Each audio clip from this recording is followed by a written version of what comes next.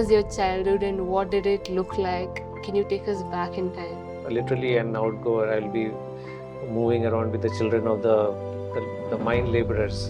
What was the first part of your entrepreneurial journey? So it was not entrepreneurship which attracted me, but during my first stint as an English teacher in a very remote village where I saw a lot of poverty around me, a lot of farmer suicides, children in the slums. So that was the trigger for me to get into the path of innovations and entrepreneurship. Let's say for a Gen Z, it's so hard for us to like keep still and not do anything. Comes with a sense of discipline right from the morning. Making your bed itself is a kind of a discipline, act of discipline.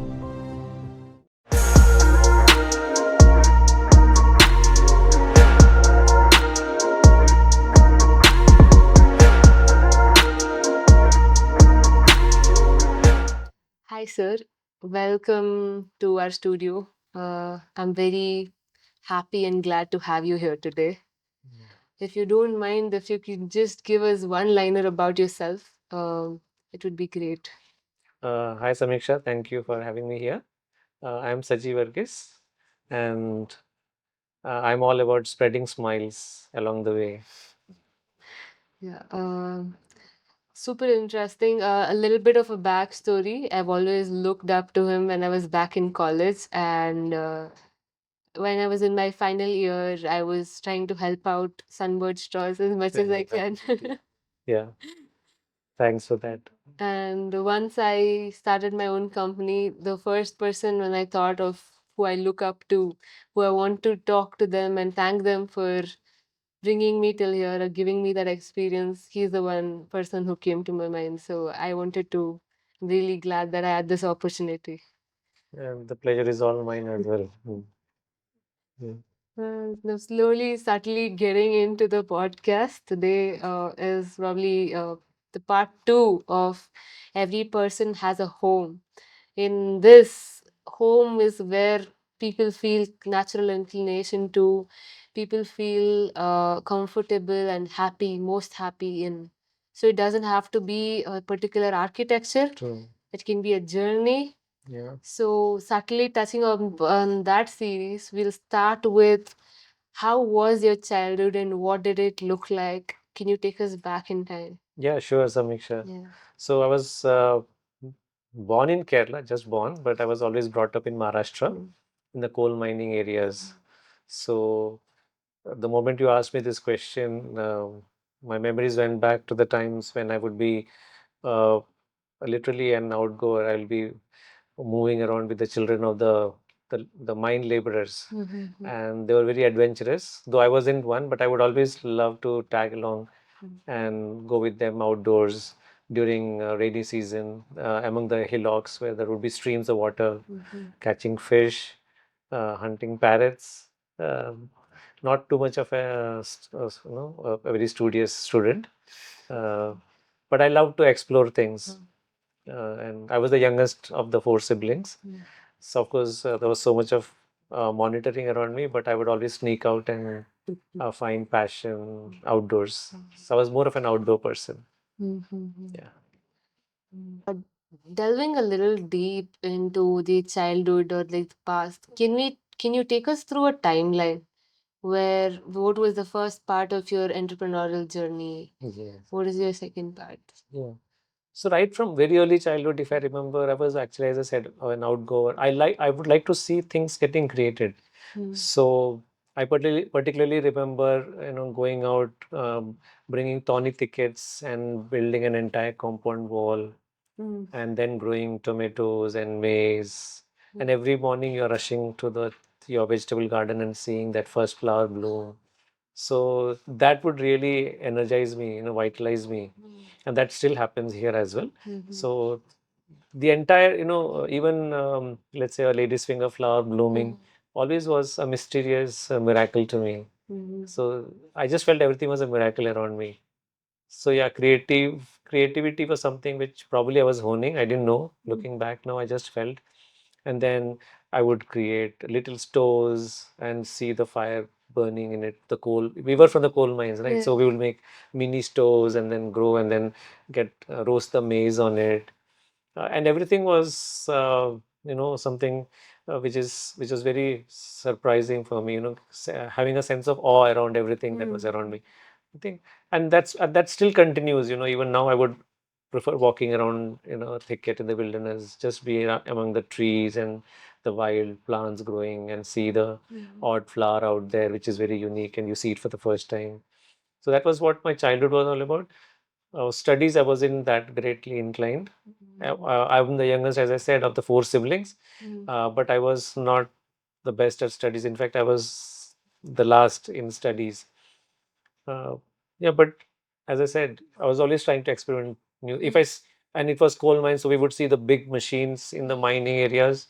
I would try to replicate those machines at home in a smaller way. Okay. Yeah, so I think now looking back, I was always trying to figure out things and creating a few things or observing things in nature which would be miraculous to me. Okay. So, what was your first venture or business that you got into? How is it? So fast forward, so it was not entrepreneurship which attracted me. But during my first stint as an English teacher in a very remote village where I saw a lot of poverty around me, a lot of farmer suicides, children in the slums. So that was the trigger for me to get into the path of innovations and entrepreneurship. So entrepreneurship is not the thing which I went to, but I was always trying to find how we can, make a more tangible impact. I was an English teacher, so always loved going into a class and uh, taking texts there and then exploring deep into it and all of that. But uh, I just felt that that wouldn't be enough for me with the one life that we have. And I wanted to see whether I could make a meaningful, tangible impact in the life of our communities. That's what I happened to read the biography of an African American agriculture scientist, George Washington Carver. I happened to read the book in Marathi, Ek Hota Carver. It was a biography written by a mom, Veena Gavankar, for her kids. But it then became a bestseller in Maharashtra. And so that book said, start where you are with what you have and never stop at anything. And George Washington Carver is one person who actually made 400 different products out of just a peanut. Not many people know it.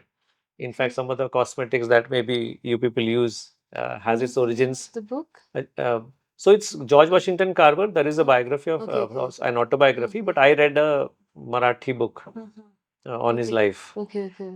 So that really took me to the path of innovations. I thought, though I'm not from a technical background, I could always come up with simple problems to solve, and if those solutions are commercially viable, we can employ women or men in the rural areas or in the marginalized communities, and we could provide incomes for them. Uh, so that took me to the path of innovations. And even long before I invented the drinking straws, in fact, 10, 12 years earlier, I always used to think that in fact, I used to pray that, let me create one product which somebody would buy, pay me and buy that product. It was always a dream, and thankfully, it's all fruition with the straws, which is now sold in not only in India but a few other countries. So yeah, innovation was something which is now leading me on. Mhm. Okay. So, what would you want your students to look up to you as, and how would you like to inspire them in terms of an entrepreneur or a spiritual seeker? A little bit further on that. Yeah, so when I started this entire journey of wanting to make an impact, and then this startup happened, so many people ask me, why don't, now that you have a startup, why do you continue to teach? And then I feel they got it all wrong, because I'm not an entrepreneur, I'm actually a teacher. And teaching is my vocation. But we need to ask a very big question, what are we teaching and learning in our institutions, right? We have very conventional ways of educating ourselves. Um, we are more in the job seeking mindset. We are more on the survival mode, I would say, get financially stable. But we are getting it all wrong for our society. So, the biggest message I would like to give is that we need to even start asking the big questions of why are we educating the way we are. And that is why I decided to take up all this entrepreneurship, because we our students need to become more risk takers, right? They need to celebrate failures, trying out new things, and have their, you know, bits of failures as well. And that's where they learn. And then they, I always say, Stanford, the alumni of Stanford alone, they contribute $3 trillion to the US economy. And one of the reasons is because they are taught to be risk takers. If they think they have a good idea, they should try it. So that's exactly what I want to demonstrate through my life. I want to be, I wouldn't want to call a role model and all of that, that's too big. But at least that you as a teacher, you want to demonstrate that, yes, when we want to deep dive into our own inner greatness, I always say each of us has an inner greatness, and our responsibility on this planet is to manifest that greatness. This is so beautiful. Yeah. And too often we are afraid to peep out of the cookie jars, right? You pop your head. There is a risk that you can get shot, but uh, it's a risk worth taking, because suddenly you might be touching so many lives. So my students, if at all, if there's anything they should pick from the way I wanted to lead my life, is uh, just have the courage to manifest your inner greatness. That's the only thing they should learn. And it hardly matters whether I am successful or not successful. Those are very, very superficial, minor aspects. The deeper aspect is about find your true selves, have the courage to manifest it, and you will be making, quite a few lives much better than they are otherwise. So that's what the leaf they should pick out of my book. So beautiful. So, what is spirituality to you exactly? Yeah, again, I was about to say that this my entrepreneurship or my teaching vocation. I call it a vocation, not a profession. Or my spiritual journey. They are not different entities. It's all one. There is no so whether I'm teaching in a class, that itself is a spirituality. If only I could know the sacredness of what we are doing, right? So there's nothing spiritual as a separate entity that has to work separately. So I always say my entrepreneurship itself is a spiritual journey, because it was never about a straw, right? It was about I having an intent to touch somebody's life, and that happens through a straw.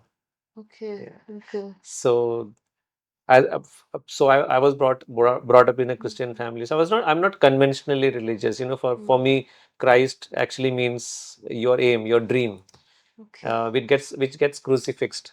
You crucifix your dream, and then are ready to pay the price to achieve that dream. So I see it from that lens. So whether I'm making straw, I have a new startup where I'm trying to improve the lives of the wandering tea vendors.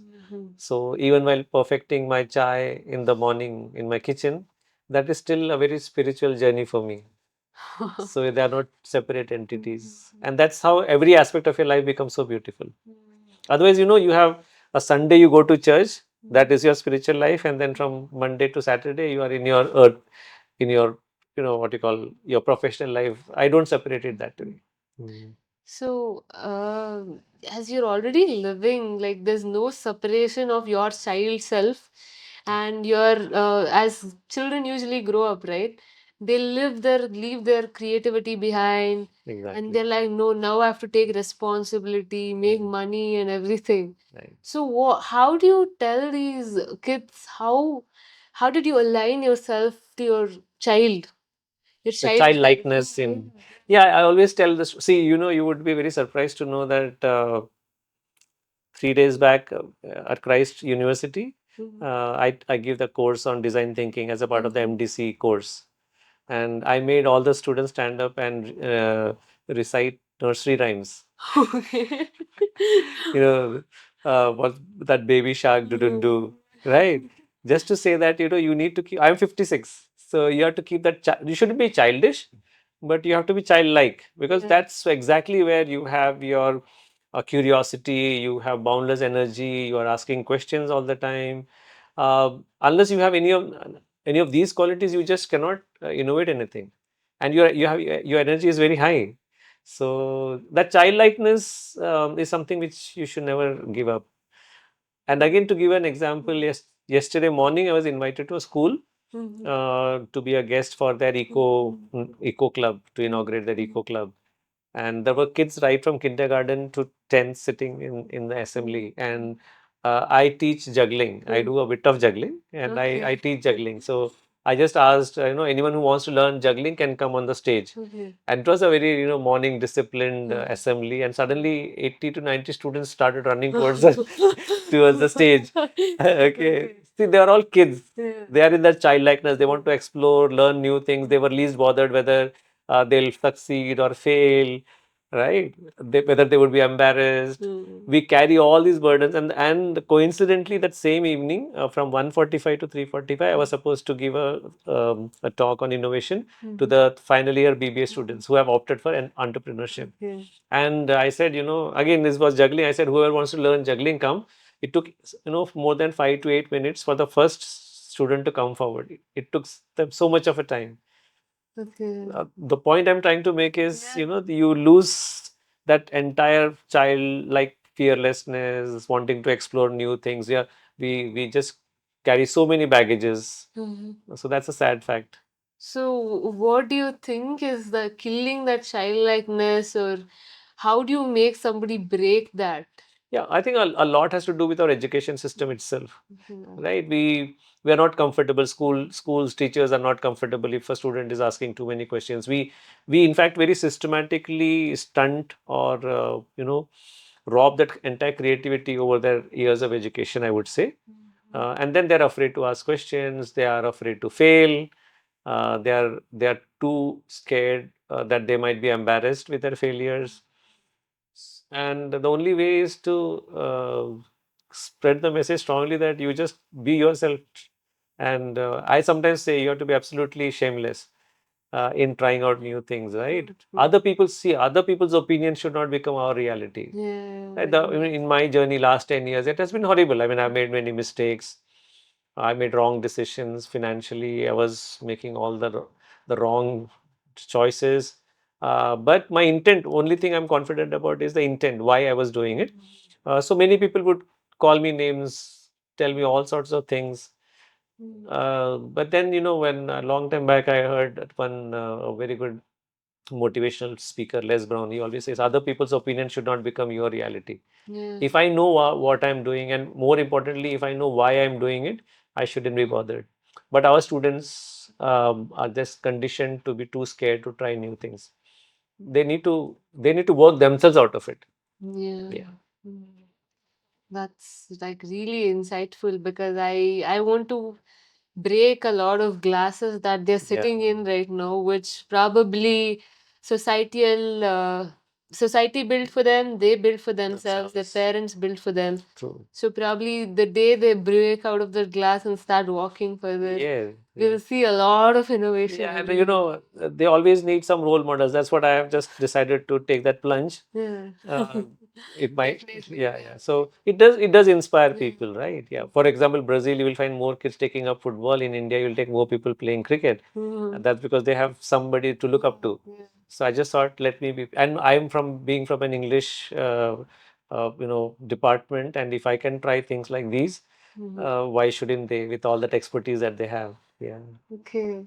So, how does English or literature change your point of view when you're speaking? Or, like, let's say, if now in entrepreneurship, if you would apply a principle of literature, how is it making a difference for you? A lot, I would say. In fact, now looking back, I would say, like we connect the dot backwards, as Steve Jobs says. The entire journey of I learning humanities literature has a lot of how I get informed in how I need to narrativize my products, tell the whole storytelling for my brand. And again, no one like one from humanities can tell a story like just a pure technology person would do. So I think my studies of humanities has really enriched my entrepreneurial journey. Yeah, whether I'm reading Uncle Tom's Cabin by Harriet Beecher Stowe, or All My Sons by Arthur Miller, or Death of a Salesman, all of that has actually brought in a lot of influence in the way I look up at my entrepreneurial journey, the way I handle the team, Mm-hmm. right? And also the way I want the story to be heard, the way I breathe brand ideals into my product. Mm-hmm. I think I'm blessed to have traversed through humanities into entrepreneurship. Okay. If you could give me some pointers, like let's say 3 pointers on how your storytelling works. It's like every time you're speaking in class or anything, everyone is just like looking. No one wants to listen to anything else. So focused on you, laser focused. So how do you get that aura or like the way you tell your stories? Some pointers that you could give. No, I wouldn't go to the extent of calling it aura or something, but Yeah. it's just about speaking from the heart. Okay. It's as simple as that. You are not making up anything. You're not putting up any artificial flashes or flourishes. It's just an outpouring of my heart. First thing is I put a lot of premium on my vocation as a teacher. Okay. So you might see me coming into the class, but I think I've already started teaching when I'm awake at 3:30 in the morning. I'm already talking to you people. Mm. So there's so much of all things are manifested twice actually. So the entire so because then I'm so much looking forward to meet you all. Okay. And then because there are these powerful insights which I want to share, so I'm very upbeat about it. I'm very passionate about it. Maybe that reflects and that resonates Mm. into what I'm trying to say. And always myself a very curious person. I'm trying to figure out what is interesting. And the moment I pick something, as I said, teaching is in my blood. So something very exciting, I am so excited to share it with everyone. So maybe that enthusiasm is a little infectious. So most of the time, I mean, I'm not always, but at least 90% of the time, Mm. I can feel that we have built an entire big rapport in a class, and we are sharing lots of ideas. So yeah, I started teaching when I was in ninth standard. Oh, Uh, Actually, proper teaching to earn. Of course, okay. teaching was my passion. I really love teaching. We had my dad passed away when I was in seventh grade, when I was in seventh standard, Mm. and I was very hesitant to ask my mother to pay for anything that I needed. So I decided to take tuitions for children. Okay. So from ninth standard, now I'm 56. Mm. So you can count. So in my career, I can say that it's 29 years, but I have been teaching except for 2 years break, which I took for my MA. Otherwise, I've been teaching all my life. Okay. But what I can vouch for is that, the first day I started in a school Mm. teaching seventh standard students. I knelt down and prayed that, let me never bring any blot to this vocation. And then the energy with which I went to that seventh standard on that first day is the same energy which I go even today. Yeah. So, yeah, So, what did you first start teaching? Like, what was it your was first always subject? English, but Okay. yeah, I was an English teacher, Yeah, obviously. yeah, okay. So there were this seventh standard bunch of seventh standard students, and I always wanted to come in with a novel approach to Okay. a class, not the very typical, you read a paragraph, explain, read a paragraph, explain. Uh, I would most of the time I would be reading around the text and then ask students to take up lunch and explore. So that kind of a proactive learning again is one reason maybe students like the way things are done. Mm. Some students feel I'm not teaching anything, but yeah, it happens. Okay. Yeah, sometimes there are complaints that he doesn't teach anything, but actually it is all about proactive learning, which I wanted to, Yeah, you want them to actually yeah, learn something. not Yeah. not listen passively. Yeah, but it's fun always teaching. Yeah, Okay. So, as you love everything that you do and you do only things you love, yeah, what is home to you where you actually feel that safe space, where you feel that love you can go back and rest into, yeah. or it can be anything that feels home to you. Where do you feel at home? Yeah, two best places. Mm-hmm. One, like even now before we started this podcast, my daughter already gave me a call Mm-hmm. asking when are you coming. That's an indication that it's time for our tea together.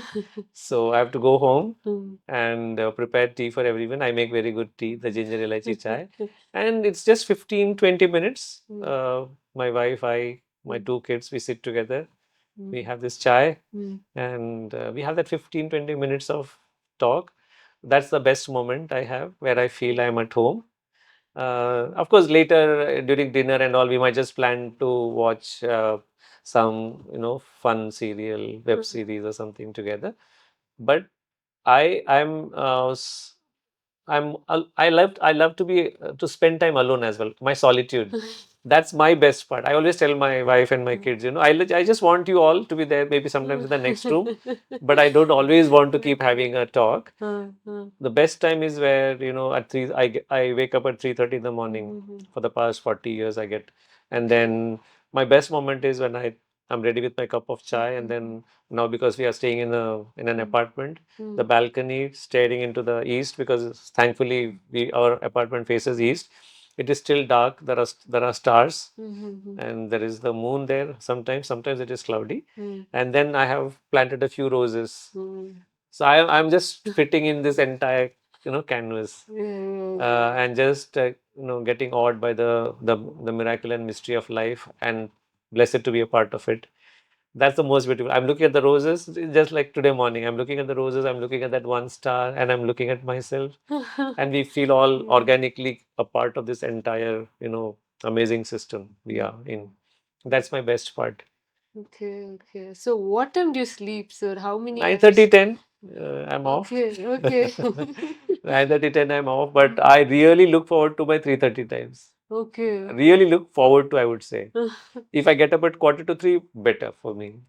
Because I really like those moments of stillness. Then, of course, I have my time of meditation. I read the Bible. I just think about all the beautiful things I want to be in. Uh, and I mean, my exercises, then my breakfast. It just goes in a routine.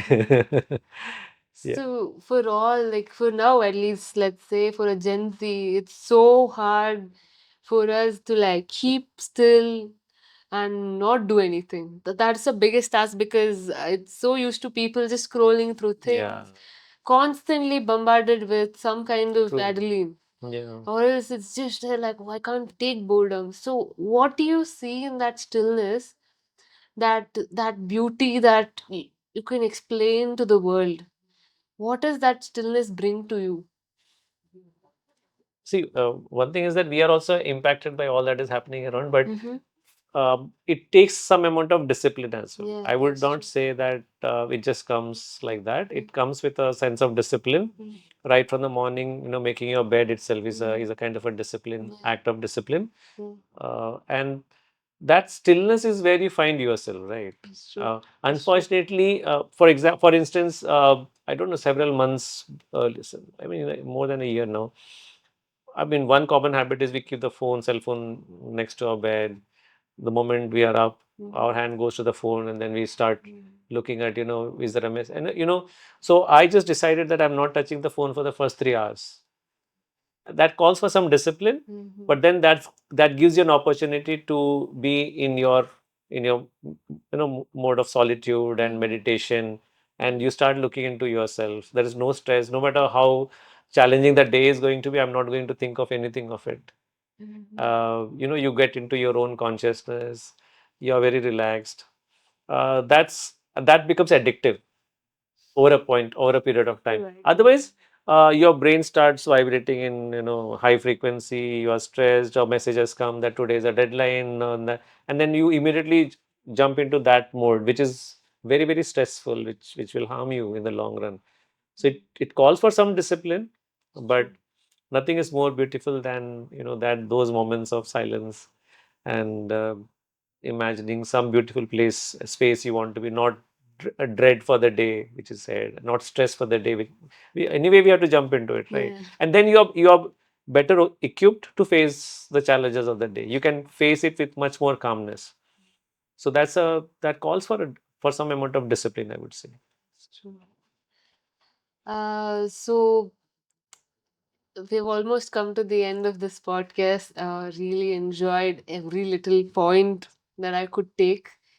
And if there was one message that you could send to all these children out there, or at least all us who we call ourselves adults, but I believe that we're all children at some point or some place.